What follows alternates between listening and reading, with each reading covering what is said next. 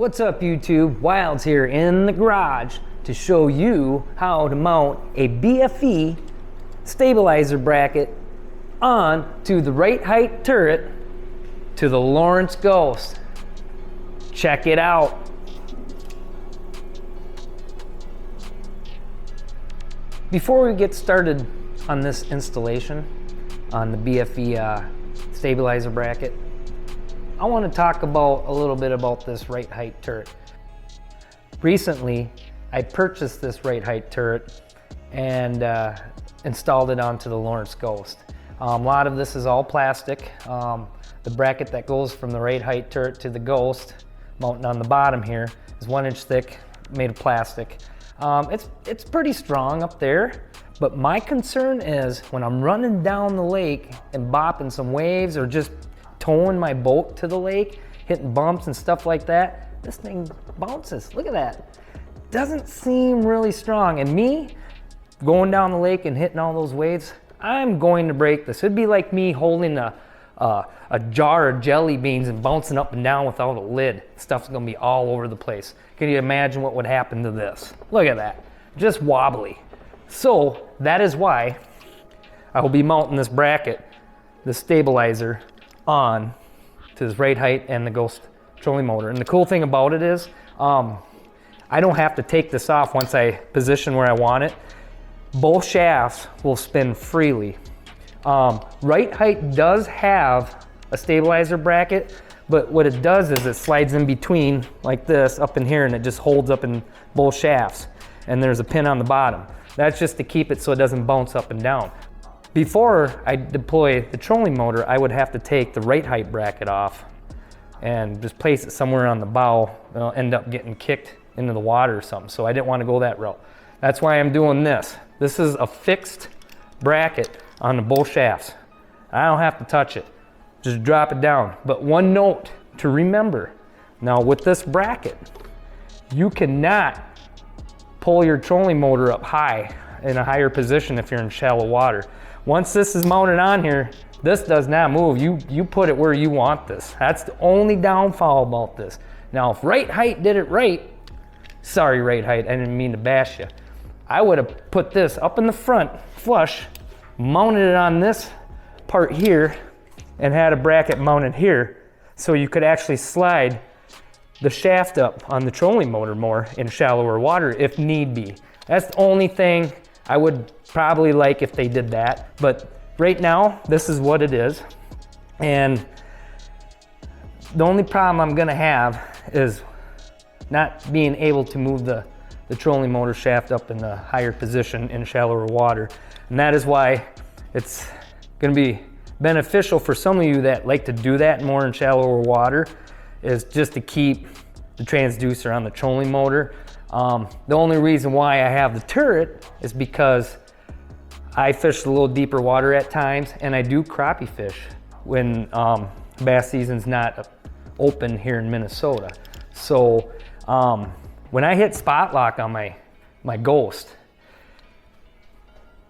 the AT transducer is all over the place. It's just, I'm trying to keep on the fish. It's moving everywhere, and it got annoying. So I'm going with the turret.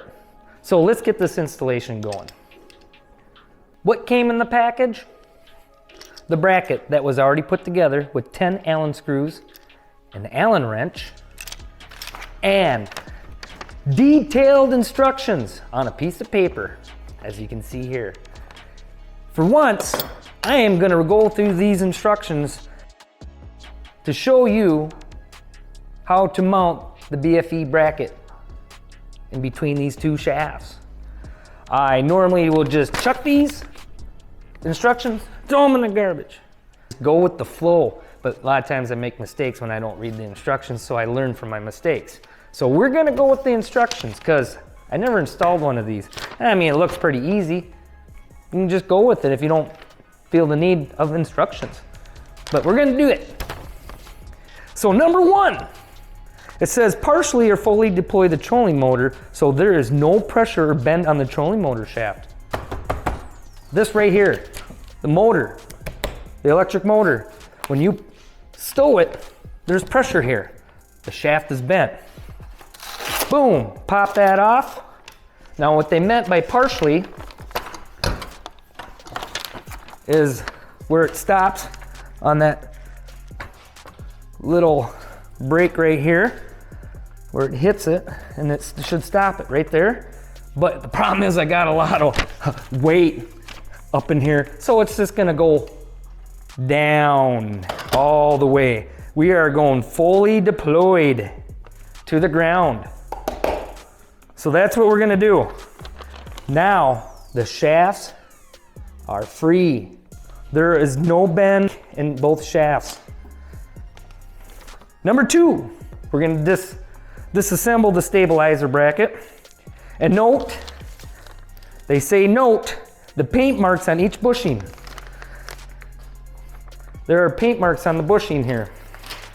Dot, dot, dot, dot. Keep those in line. This is the Rite Hite circumference, the Lowrance Ghost shaft circumference. Those dots must be together, and you can wipe them off, they said. The markings can easily be removed after installation. Okay, so I will take this apart. When you take all the screws off on the bushings here, 4 here, 4 here, there are 2 on the aluminum bracket that holds the bushings together. Now, when you take everything off, keep it together. There's only 2 here. Keep it together. Don't let them fall. You don't want to mix these all up. You don't want the pieces falling all over the floor and then going, oh God, which one goes where? You want to keep these together. Don't separate them because there's those red dots. You want to keep them in line.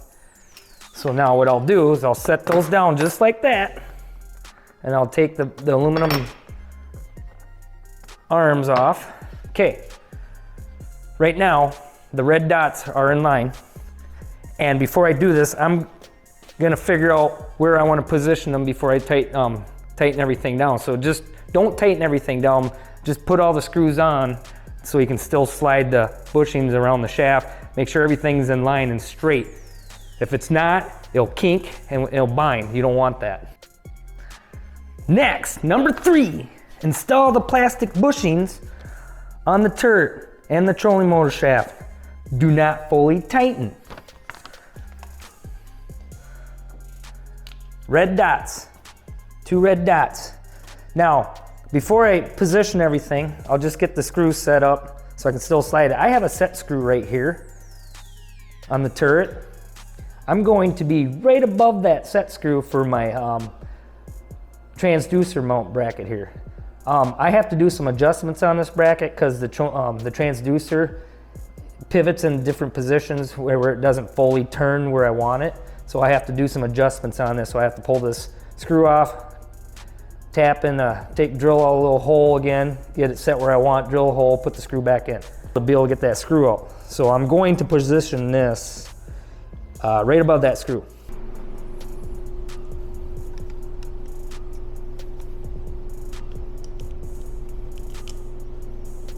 Now, the trolling motor shaft bushing.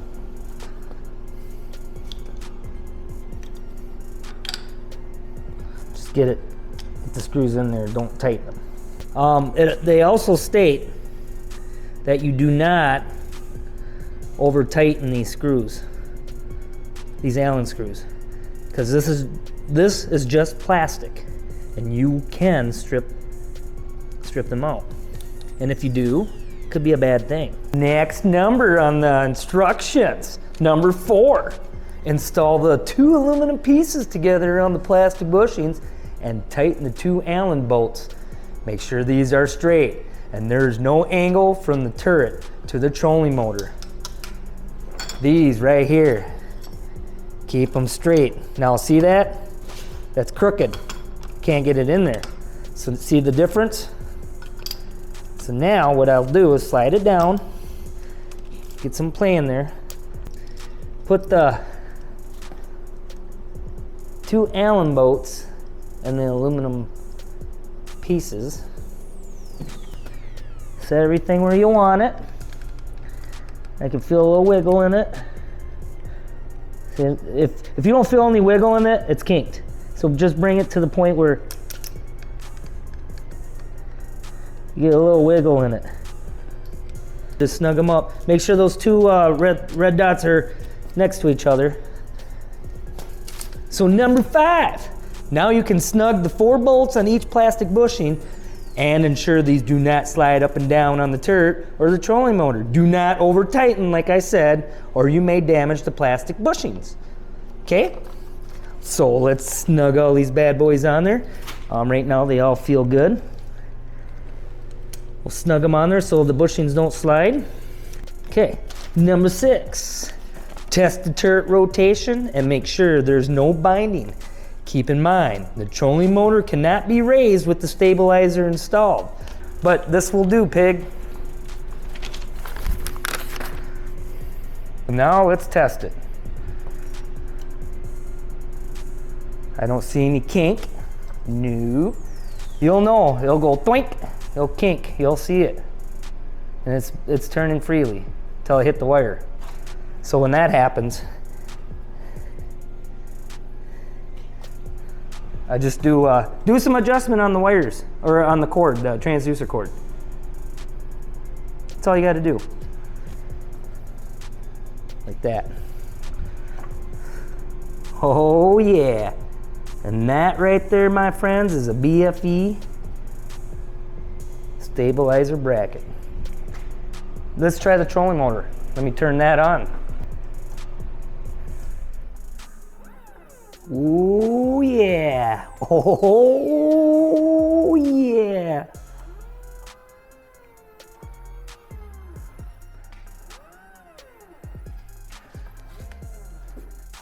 There you have it, folks.